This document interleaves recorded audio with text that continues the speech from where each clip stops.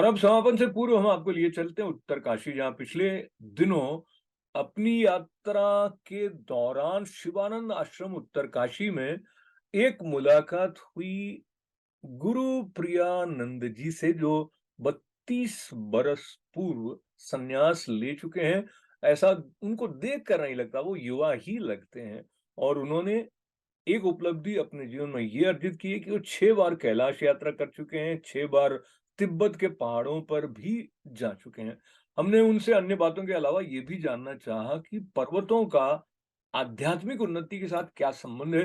तो आइए छोटी-सी मुलाकात स्वामी गुरु प्रियानंद जी से। जीवन में ऐसे शांति मिल सकता है कि कभी दुख ना हो, ऐसे निर्भय हो सकता है। जो किसी ने बोले बाबाओं को मिलता है ऐसे, तो बाबाओं को मैंने कोई अच्छा लगा।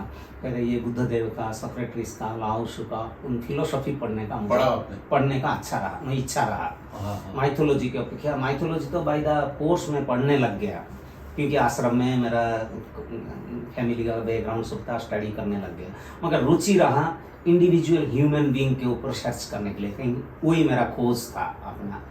तो इसलिए मैं जो बोलता हूँ, मनुष्य जीवन का अपना जो जरूरी है, जो चाह है, वो कैसे पूरा हो, जो नीड है, इसके ऊपर ही बोलता रहता हूँ। तो लोग को कोई भी देश का को थोड़ा सा टच करता है।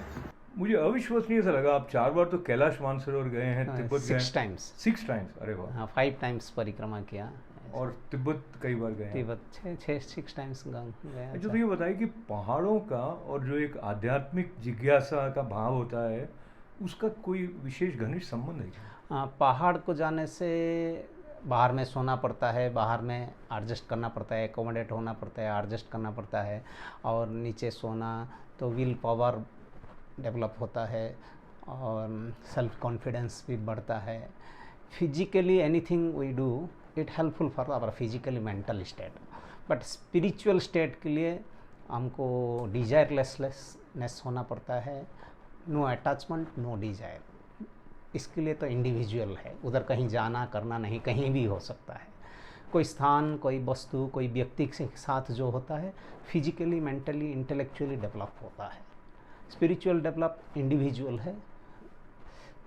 जब निर्मम हो जाता है, निष्काम हो जाता है, तो अपने आप निरहंकार हो करके उसमें। तो बहुत कम समय है, इसलिए 2 सवाल एक साथ मैं आपसे पूछ रहा हूँ। एक, गुरु कृपा का आपके जीवन में, एक तो आपका नाम भी गुरु प्रियानंद जी है, तो स्वामी चिदात्मानंद जी से आपने दीक्षा ली, तो उनकी कौन सी विशेष बात है जो नित्य आपके साथ रहती है?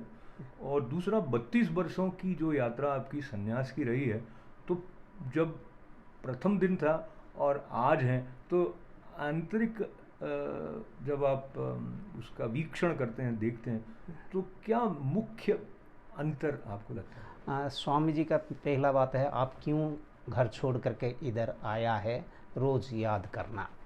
इसमें सब कुछ आ जाता है। उसको भूल गया तो फिर सब भूल जाएंगे। तो घर छोड़ करके क्यों ये हिमालय में गंगा जी किनारे हमारा पास आया, कभी नहीं भूलना और याद करना। दूसरा बात है, हमारा जीवन में जो एक्सपीरियंस है, जब भी हमारा जीवन में दुख आया, भय आया, कहीं डिप्रेशन आया, क्योंकि मनुष्य जीवन में आता रहता है, तभी उसका खोज किया और हमारा डेवलप हुआ। जब भी जीवन में कोई कंफर्ट मिला, पद प्रतिष्ठा मिला और सुख सुविधा मिला, हमने क्यों इधर आया भूल गया। तो जब भी हमको दुख मिला, कहीं अनफेवरेबल सिचुएशन मिला, तभी हमारा डेवलप हुआ, हम भी आगे बढ़ने का खोज किया। अंतिम प्रश्न में मैं विदेश आपकी यात्राओं को भी जोड़ते हुए, जब संन्यास की दृष्टि से कोई अपना जीवन ढालता है, तो दूर बैठे हुए लोगों को लगता है इनका तो सिर्फ भगवान से ही मतलब है, तो सोचते हैं विदेश क्यों आ रहे, जो भारत देवभूमि है वगैरह। मुझे पता है इसका उत्तर, लेकिन आपका अपना अनुभव और क्या इसके बारे में? जो एक समय में हमारा जो सीनियर स्वामी जी लोग विदेश जाते थे, हमारा लंदन गया, अमेरिका गया, ऐसे ऐसे बोलते, तो हमको कुछ डिजायर भी होता था, जाने को मन करता था। मगर ऐसे चाहने से नहीं हो जाता है। इसके लिए बहुत विदेश जाना था, बहुत कुछ है।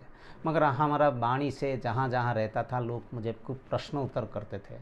हमारा प्रश्न का उनको आंसर से कहीं ना कहीं उनको जचा रुचा, पसंद आया, सही लगा होगा, इसलिए मेरा साथ बिताने के लिए उनको बहुत अच्छा लगता होगा, तभी हमको खर्च दे करके बुलाते हैं और क्वेश्चन आंसर करते हैं, सुनते हैं। नहीं, ये तो उनका पक्ष हो गया, आपका पक्ष क्या है?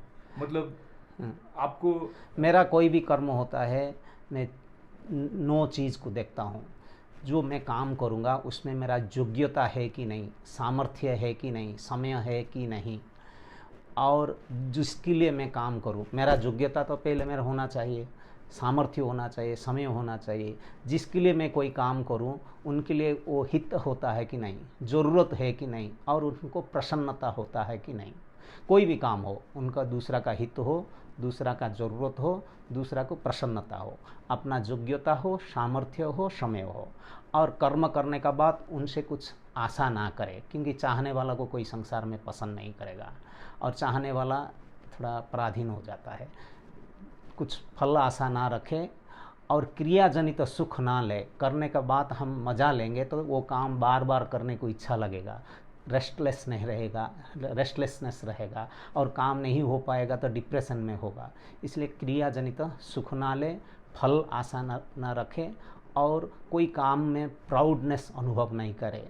जैसे मैं खाना बनाता हूँ तो बढ़िया खाना बन गया तो मेरा ही क्रेडिट नहीं, इंडिविजुअल एफर्ट से नहीं हुआ, कलेक्टिव एफर्ट से। किसने गैस बनाया, किसने बर्तन बनाया, किसने सब्जी उगाया, सारे कलेक्टिव, किसी ने मुझे काम सिखाया, ये क्रेडिट सबको जाना चाहिए, कोई इंडिविजुअल एफर्ट से नहीं होता है। सारी बातें ऐसी हैं जो शुद्ध करने वाली मन को। बिल्कुल आपका धन्यवाद करते हो। मैंने आपका उच्चारण भी बहुत सुना, जो मंत्रोच्चारण। कोई एक मंत्र जो आपको लगे कि जगत कल्याण की दृष्टि से आपको स्वामी गुरु प्रियानंद जी को प्रिय है, तो वो थोड़ा सा। श्री गुरुभ्यो नमः। असतो मा सद्गमय, तमसो मा ज्योतिर्गमय, मृत्योर्मा अमृतं गमय। ॐ पूर्णमदः पूर्णमिदं पूर्णात् पूर्णमुदच्यते, पूर्णस्य पूर्णमादाय पूर्णमेवावशिष्यते। ॐ शान्तिः शान्तिः शान्तिः।